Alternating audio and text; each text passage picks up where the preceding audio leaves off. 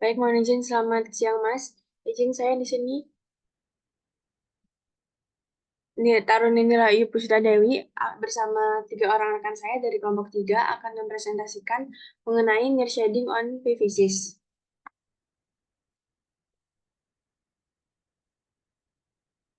Adapun anggota kelompok 3 yaitu yang pertama Alfredo Gita Mahendra, Kurniawan Eka Putra, saya sendiri Nila Ayu Pusutadewi, dan Zahra Ari Maulida.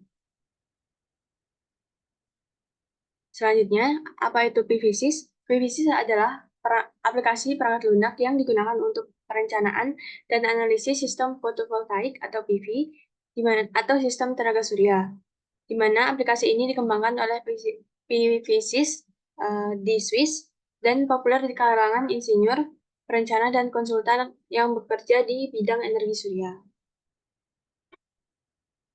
Dalam PVCs terdapat istilah near shading, di mana near shading itu mengacu pada naungan yang disebabkan oleh benda-benda yang relatif dekat dengan panel surya. Seperti dalam hal ini, seperti bangunan, cerobong asap, pohon, atau peralatan yang ada di dekat panel surya yang bisa menghasilkan bayangan.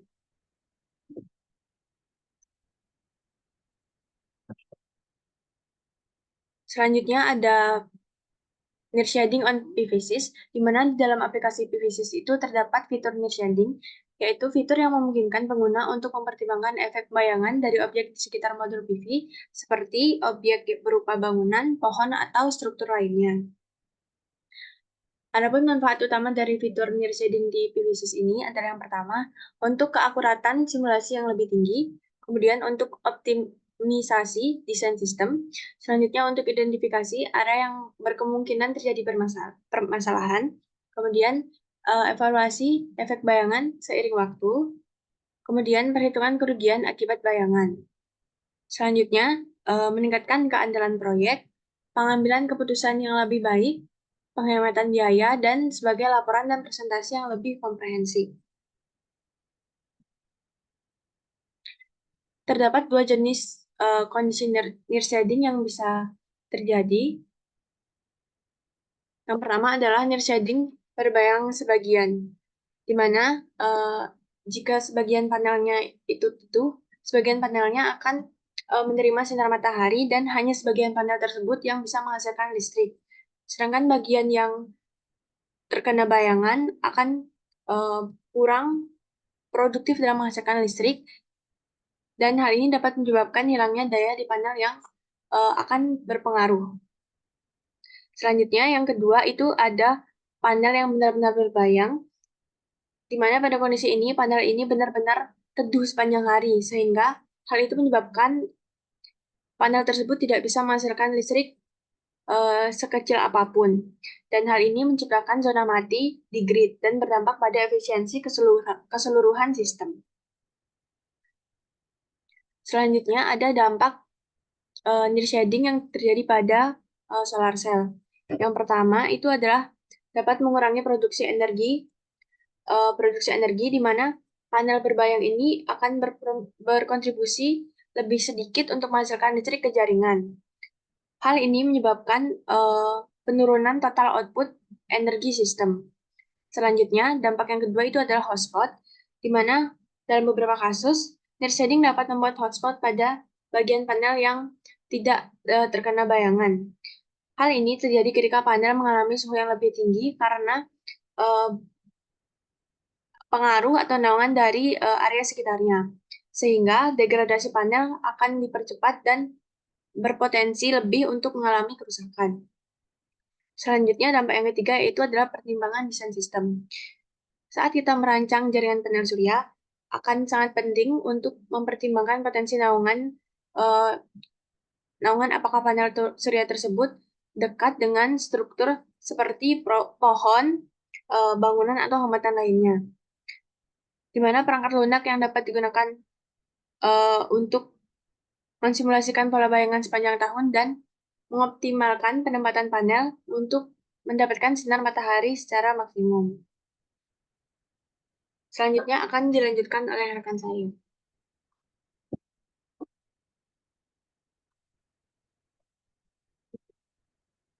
Selanjutnya yaitu Nerseding on premises terbagi menjadi tiga. Ada PLTS on-grid, off-grid, dan juga hybrid. Yang pertama adalah on-grid. Nah, PLTS on-grid ini merupakan pembangkit listrik tenaga surya yang terhubung langsung dari jaringan PLN. Jadi, PLTS on-grid ini menggunakan sumber dari PLN langsung. Untuk pemakaian listrik di siang hari ini menggunakan sumber yang dihasilkan dari energi surya. Sedangkan untuk malam hari menggunakan arus listrik dari PLN. Jadi cara kerjanya yaitu dengan cara panel surya mengubah sinar matahari menjadi arus listrik searah atau direct current yang kemudian akan dikirim ke inverter dan diubah arusnya menjadi arus AC. Kemudian eh, dari inverter ini akan masuk ke panel pembagi dan akan didistribusikan ke pelanggan atau beban perumahan. Adapun kelebihan dan kekurangan dari PLTS on-grid ini sendiri yaitu yang pertama, kelebihannya itu efisiensi energi. PLTS on-grid berpotensi untuk memanfaatkan efisiensi listrik ketika produksi energi itu berlebih. Jadi dapat mengurangi biaya secara signifikan. Yang kedua yaitu ketersediaan listriknya itu stabil. Jadi dengan terhubungnya sistem PLTS on-grid ini, maka menggunakan listrik itu nggak kurang, sehingga ketersediaan listriknya itu menjadi stabil. Lalu menghemat biaya energi secara signifikan, karena memang energinya tidak akan habis. Lalu kekurangannya yaitu ketergantungan pada grid. Jadi, jika terjadi gangguan atau pemadaman listrik, nantinya akan terpengaruh juga. Yang kedua, ketersediaan listriknya, biaya instalasi awalnya cukup tinggi. Jadi penginstalan awalnya dari PLTS on-grid ini memerlukan biaya yang cukup tinggi. Selanjutnya yaitu off-grid akan dijelaskan oleh rekan saya.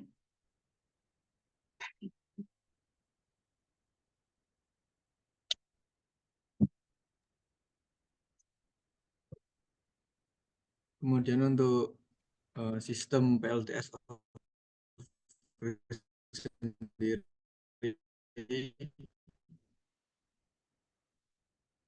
yang berdiri sendiri dan terhubung PLN.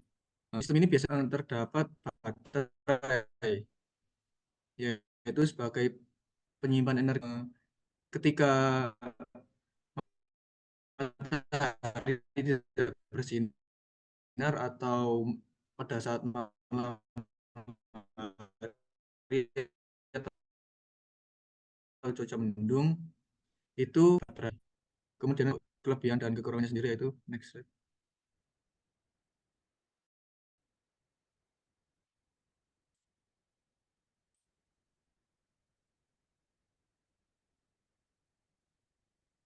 Next slide.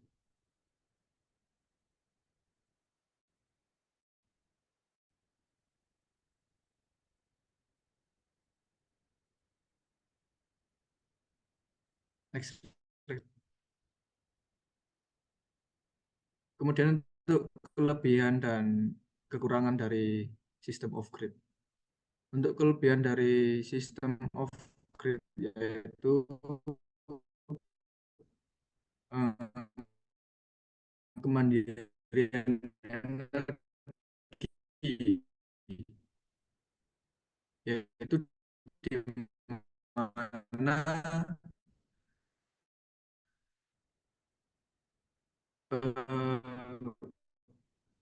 PLTS off grid ini satu lokasi grid. Yang kedua yaitu konversi energi yang dapat disimpan dalam baterai sehingga tidak mengurangi pemborosan energi dan lebih mencerminkan pola penggunaan yang efisien. Next slide untuk yang hybrid.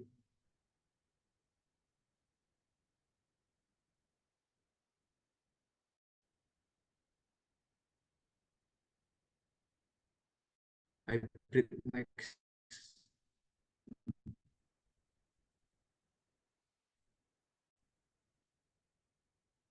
Untuk sistem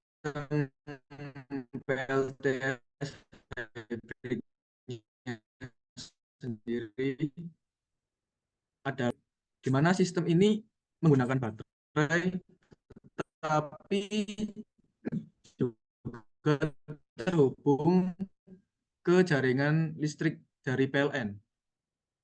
Sehingga sistem hybrid ini memungkinkan pengguna untuk fleksibel dan baterai sehingga memiliki atau memastikan listrik yang stabil dan dari hybrid yang andalan energi yang memiliki listrik PLN saat panel surya tidak menghasilkan cukup energi. Kemudian untuk penghematan tagihan dari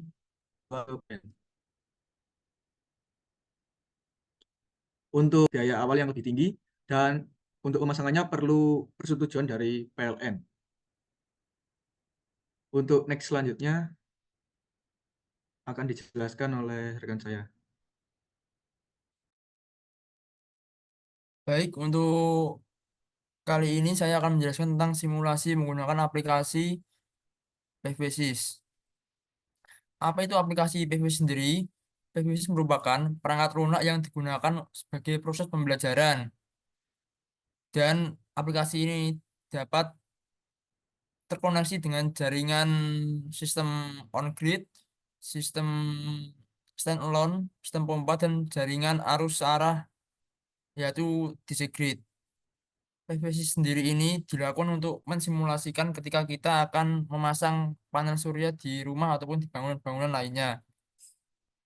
PVC juga dilengkapi dengan database dari sumber data meteorologi dan data-data komponen pada PV-PV yang ada.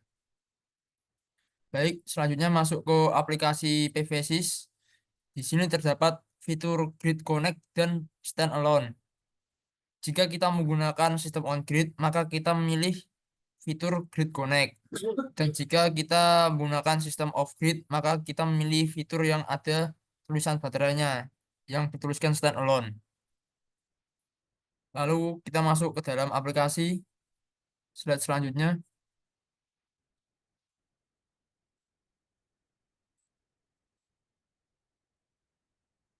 Slide selanjutnya yaitu masuk ke dalam project. Pertama-tama kita memilih meteo file. Meteo file dilakukan untuk memilih lokasi yang akan kita gunakan sebagai pemasangan panel surya.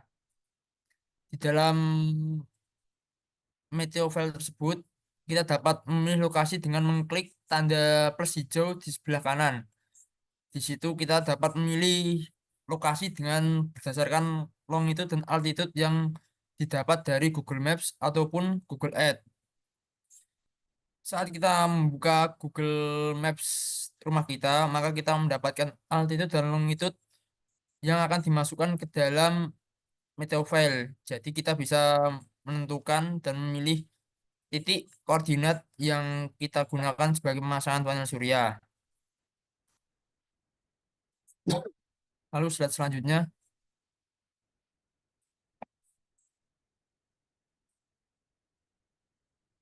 Nah, ini tadi fitur di dalam meteo file. Di sini ada latitude dan longitude untuk titik koordinat rumah kita. Lalu di slide 6 kita masukkan daerah, negara, dan benua kita. Lalu hasilnya kita import dan kita save. Lalu next selanjutnya masuk ke fitur orientation. Untuk slide selanjutnya. Nah, di sini di dalam fitur orientation. Di sini untuk planetil kita menggunakan angka 6 karena kita pada latitude pada latitude kita menggunakan titik koordinat 6 dengan azimut 0 dan planetil sendiri yaitu sudut kemiringan panel surya menghadap matahari. Lalu slide selanjutnya.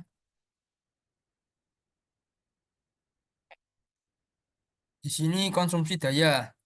Di, di sini kita masukkan beberapa beban yang kita pasang seperti lampu, TV, kulkas, mesin cuci, dan lain-lain. Kita mendapatkan energi sebesar 8.660 watt per hari. Lalu slide selanjutnya. Nah, di sini pada fitur menentukan baterai dan kapasitas panel surya. Di sini kita menggunakan panel surya 400 WP dengan jenis monokristalin 72 sel dan kita menggunakan konverter dengan jenis MPPT. Untuk baterai sendiri kita menggunakan baterai 12 volt dengan jenis lithium. Di sini dapat kita lihat fitur yang terdapat untuk menentukan daya daya dan kapasitas pada baterai dan panel surya. Lalu untuk slide selanjutnya yaitu kita menentukan desain near shading. Di sini kita mendesain rumah dengan adanya bayangan dari pohon tersebut. Di sini kita mendesain rumah dengan diameter 8 kali 12 dengan tinggi 5 meter. Dengan rata-rata daerah aktif pada daerah rumah tersebut dengan 13 meter kuadrat. Dan untuk pohon sendiri kita desain dengan diameter 4 meter, tinggi 2 meter. Lalu kita menggunakan 3 panel surya 400 WP monokristalin dengan masing-masing kita taruh di luar ruangan di samping rumah tersebut. Lalu next slide selanjutnya. Nah, di sini hasil akhir dari rancangan yang kita buat. Di sini terdapat grafik untuk rasio performan, output diagram, maupun power distribution dari panel surya tersebut. Di sini dapat kita lihat dengan PV modul mono 400 WP 72 sel dengan tegangan MPPT 38,3 volt, daya arus MPPT 10,4 ampere, dan baterai 13 volt 100 Ah. Baik, sekian simulasi dari kita menggunakan aplikasi PVSys. Dan sekian juga presentasi dari kami. Kurang lebihnya kita mohon maaf. Wassalamualaikum warahmatullahi wabarakatuh. Dan jangan lupa like dan subscribe aplikasi like dan subscribe video kita yang kita upload di YouTube. Terima kasih. Wassalamualaikum warahmatullahi wabarakatuh.